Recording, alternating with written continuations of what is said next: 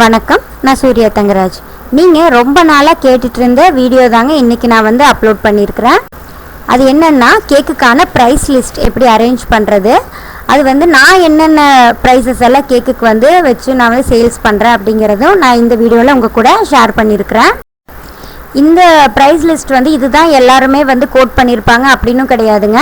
இல்லை நீங்கள் இந்த ஹோம்மேடு கேக்ஸ் பண்ணிகிட்ருக்கிறீங்க அப்படின்னா நீங்களும் இந்த ப்ரைஸ் தான் வச்சு சேல் பண்ணணும் அப்படிங்கிறதும் இல்லைங்க. நாங்கள் இருக்கிற ஏரியாவில் எனக்கு எப்படி மெட்டீரியல்ஸ் கிடைக்குது, என்னோடய கஸ்டமர்ஸ் வந்து எப்படி வந்து கஸ்டமைஸ்டாக கேக்ஸ் கேட்குறாங்க, எனக்கு எப்படி வந்து ஒவ்வொரு கேக் செய்யும் போதும் என்னென்ன செலவுகள் ஆகுது அப்படிங்கிறத வச்சு தான் நான் இந்த ப்ரைஸெல்லாம் வந்து கோட் பண்ணியிருக்கிறேன். அப்புறம் பெரும்பாலும் நான் வந்து கேக் செய்யும்போது கலர்ஸோ கேக் ரைசிங் ஏஜென்ட்ஸு அப்புறம் வந்து ஃப்ளேவருக்காக எசன்ஸு இதெல்லாம் ஆட் பண்ணாமல் செய்யணும் அப்படின்னு சொல்லிட்டு நான் ரொம்பவுமே மெனக்கெடுவேன். அப்புறம் நான் ஒவ்வொரு கேக்குக்கும் இந்த ப்ரைஸ்ன்னு ஃபிக்ஸ் பண்ணி வச்சுருப்பேங்க. சில கஸ்டமர்ஸ் வந்து 2 ஃப்ளேவர் ஆட் பண்ணி கேட்பாங்க. சில கேக்கெல்லாம் எப்படின்னா, இப்போ வந்து பட்டர்ஸ்காட்ச் கேக்கில் வந்து குலாப் ஜாமுன் போட்டு கொடுங்க அப்படிங்கிற மாதிரி கேட்பாங்க. ரோஸ் மில்க் கேக்கில் குலாப் ஜாமுன் பண்ணி கொடுக்க சொல்லி கேட்பாங்க. ஒரு கஸ்டமர் வந்து ஸ்ட்ராபெரி கேக்கில் மேங்கோ உள்ளே போட்டுத்தாங்க அந்த மாதிரிலாம் கேட்பாங்க.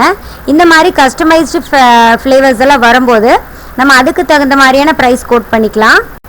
அதே மாதிரி உங்களுக்கு தீம் பேஸ்டு கேக்ஸ் வரும்போதும் அதுக்கு என்னென்ன ஒர்க் பண்ணுறீங்க, என்னென்ன செலவாகுது அப்படிங்கிறத பொறுத்தும் நம்ம வந்து ப்ரைஸ் கோட் பண்ணிக்கலாம்.